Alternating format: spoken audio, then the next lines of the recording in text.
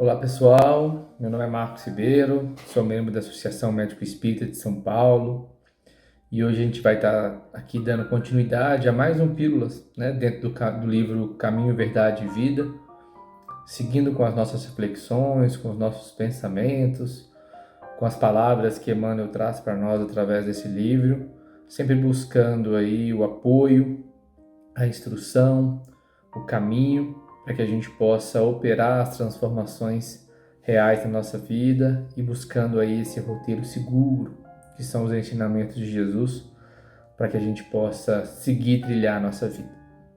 Antes da gente começar, vamos fazer a nossa prece, elevando o nosso pensamento a Deus, a Jesus, buscando nessa força maior o amparo, a proteção e a bênção para nossas vidas. Rogando que Ele possa estender suas mãos sobre as nossas cabeças, sobre os nossos lares, sobre os nossos familiares e amigos, envolvendo-nos, Senhor, na Tua luz e na Tua bondade. Que possamos buscar em Ti a inspiração, o roteiro, a bússola que nos guia em nossas vidas e nossas decisões. Buscar também a força e a coragem para vencer em nós as nossas dificuldades, as nossas limitações, as nossas imperfeições, buscando, Senhor, usufruir da vida, mesmo que diante das dificuldades e torpezas que hora ou outra surgem no nosso caminho, possamos enxergar nelas as oportunidades de crescimento, buscando os instrumentos e as ferramentas físicas, materiais ou espirituais, para que nos auxiliem na nossa jornada e no nosso caminho. Obrigado, Senhor, pela vida, pela abundância da oportunidade da reencarnação e que sigamos juntos, buscando a cada dia fazer um pouco mais e um pouco melhor do que possamos fazer hoje. Fica conosco, Jesus, hoje, amanhã e sempre, que assim seja. Muito bem. O capítulo que nós vamos refletir hoje, que nós escolhemos para a nossa reflexão dentro desse livro, é o item 139, o capítulo 139, intitulado Por Amor. E a citação que esse capítulo nos traz está em João, no capítulo 12, versículo 40, e diz-nos assim: Cegou-lhe os olhos, endureceu-lhes o coração, a fim de que não vejam com os olhos e compreendam com o coração, e se convertam, e eu os cure. Emmanuel comenta em seguida, dizendo: os planos mais humildes da natureza revelam a providência divina em soberana expressão de desvelo e amor. Os lírios não tecem, as aves não guardam provisões, e misteriosa força fornece-lhes o necessário. A observação sobre a vida dos animais demonstra os extremos de ternura com que o Pai vela pela criação desde o princípio. Aqui uma asa, acolá um dente, e mais ali desconhecido poder de defesa. Afirma-se a grande revelação de amor em tudo. No entanto, quando o Pai convoca os filhos à cooperação nas suas obras, eis que muitas vezes se salientam os ingratos, que convertem os favores recebidos não em deveres nobres e construtivos, mas em novas exigências. Então, faz-se preciso que o coração se lhes endureça cada vez mais, porque fora do equilíbrio encontrarão o sofrimento na restauração indispensável das leis eternas desse mesmo amor divino. Quando nada enxergam além dos aspectos materiais da paisagem transitória, sobrevém inopinadamente a luta depuradora. É quando Jesus chega e opera a cura. Só então torna o ingrato a compreensão da magnidade divina. O amor equilibra, a dor restaura. É por isso que ouvimos muitas vezes: nunca teria acreditado em Deus se não houvesse sofrido. Para o nosso entendimento acerca dessa passagem, eu acho importante a gente retomar um pouquinho os versículos anteriores para a gente entender um pouquinho o contexto, né, do que se trata, né, essa reflexão desse texto, do que ele vem nos dizer, né? Então, lá em João 12:37, um pouquinho antes desse versículo, a gente vai encontrar a seguinte leitura: E ainda que tinha feito tantos sinais diante deles, não criam nele, se referindo a Jesus. Em 38, para que se cumprisse a palavra do profeta Isaías, que diz: Senhor, quem creu na nossa pregação? E a quem foi revelado o braço do Senhor? E em 39, por isso não podiam crer. Então Isaías disse outra vez. Olha que interessante, né? O capítulo nos chama a atenção pelo título, por amor.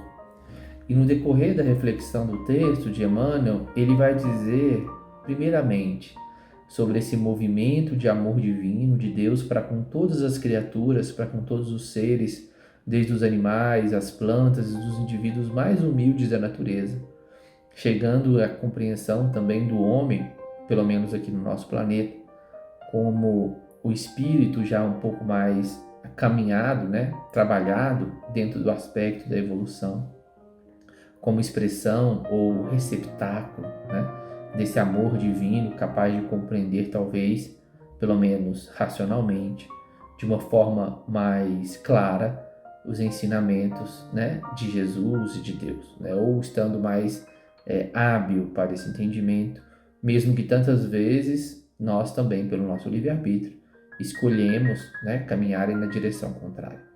Mas o texto nos chama para essa ideia, né, para que o amor divino se coloca, se demonstra já nos seres mais humildes da natureza, oferecendo a cada um deles, na medida do progresso, na medida da caminhada evolutiva, aptidões, recursos, instrumentos, para que eles pudessem se tornar cada vez mais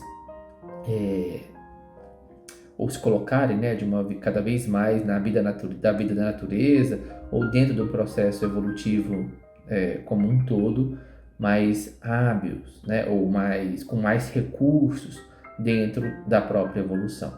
E o interessante, e que aí ele faz a analogia, né, dos lírios do campo que não tecem, as aves que não guardam, né, citando aí uma passagem, fazendo essa intertextualidade com uma passagem bem conhecida, dizendo desse movimento quase que instintivo, né, nesses seres mais simples da criação, de cumprirem com o seu papel diante da natureza, diante do funcionamento das próprias leis universais.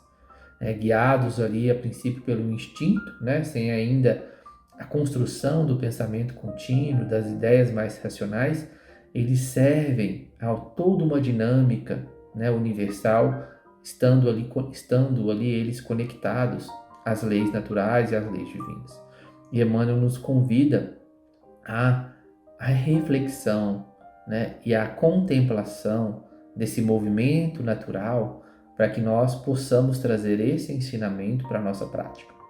O que acontece, e o texto continua nesse sentido, é que muitas das vezes, né, quando o pai convoca os seus filhos à cooperação, aí já referindo a nós, né, enquanto filhos, enquanto humanidade, a gente acaba adotando uma postura um pouco diferente desses seres mais simples da criação. E por uma vontade própria, por uma guiança aí do nosso próprio livre-arbítrio, a gente acaba se colocando, né, como filhos ingratos desse Pai amoroso, muitas das vezes exigindo cada vez mais, pedindo cada vez mais, e muitas das vezes convertendo, usando aqui as palavras do Emmanuel, né, os favores nobres recebidos, como a própria vida e a capacidade, a oportunidade de existir, né? A gente vai transferindo e convertendo isso em novas exigências, muitas vezes em rebeldia, muitas vezes em ingratidão, muitas vezes em posturas que vão ser dissoantes, né, das leis naturais, daquilo que Deus nos coloca. E quando isso acontece, e aí o texto vem trazer essa reflexão, pelo mesmo movimento de amor daquele que oferece, daquele que dá, muitas das vezes nós vamos precisar nos deparar com a dor, com o sofrimento, com a dificuldade, como um instrumento, né, de restauração ou de conexão de convite, né, a conexão com essa lei e com esse amor maior que parte do próprio Criador. Então o texto, quando nos diz que cegou-lhe os olhos, endureceu-lhe os corações, citando uma passagem de Isaías do Velho Testamento, é uma analogia, uma figura, né, uma imagem, para a gente entender, usando aí a reflexão do item, né, 37, 38, que diante daqueles que não criam em Jesus, mesmo diante de todos os seus feitos, todas as suas curas, de toda a sua demonstração de afeto, de amor, foi preciso que a vida, dentro desse mecanismo natural, e a própria consciência de cada um, endurecesse-lhes o coração, ou seja, cegasse-lhes a visão, ou seja, tornasse as dificuldades, né, por uma consequência natural e não por uma punição e castigo divino, um pouco mais intensas, como uma forma de restaurar, né? Então, essa frase que tem com que Emmanuel caminha no final do capítulo, o amor equilibra, a dor restaura, né? É um chamativo para esse entendimento, né? Nós somos sempre convidados inicialmente por amor, com amor e envoltos em amor pelo movimento divino. Então o amor é o que vai nos equilibrar, nos trazer o centramento, a conexão com essa força maior. Mas diante da negação desse amor, da rebeldia contra esse amor, da exigência para com esse amor, muitas vezes a dor vem como essa ferramenta de equilíbrio e de restauração, para que diante disso, então, Jesus possa operar a cura, né, através dessa restauração, desse movimento, e aí talvez os nossos corações se abram, né, de uma forma mais consciente, né, e mais integral para essa realidade e para essa presença de Deus em nossas vidas. Então fica a nossa reflexão diante desse capítulo, um convite para que nós possamos não só olhar para a dor como uma ferramenta de restauração, sem uma postura de acomodação e sem uma postura de passividade diante do sofrimento, mas acima de tudo, para que nós possamos olhar para o amor divino, para esse amor que equilibra, que sustenta, que restaura e que nos conduz em todos os instantes da nossa vida, mesmo naqueles mais difíceis e naqueles que a gente se sente mais sozinho, mais abandonado. Que nós possamos então elevar nosso pensamento a Deus, rogando que esse amor se estenda sobre todos nós, ofertando-nos a ferramenta de equilíbrio, de amparo, de consolo, de força. Que possamos, Senhor, nos apoiar e nos guiar cada vez mais por esse amor, nos desfazendo das nossas ingratidões, das nossas exigências, da nossa rebeldia, para que a dor não se torne necessária e que o amor triunfe dentro de cada um de nós e dentro da vida de cada um de nós. Fica conosco, Jesus, fica conosco, Senhor, hoje, amanhã e sempre, que assim seja. Um beijo grande no coração e até o nosso próximo encontro com Pílulas no livro Caminho, Verdade e Vida. Um beijo a todos. Tchau, tchau.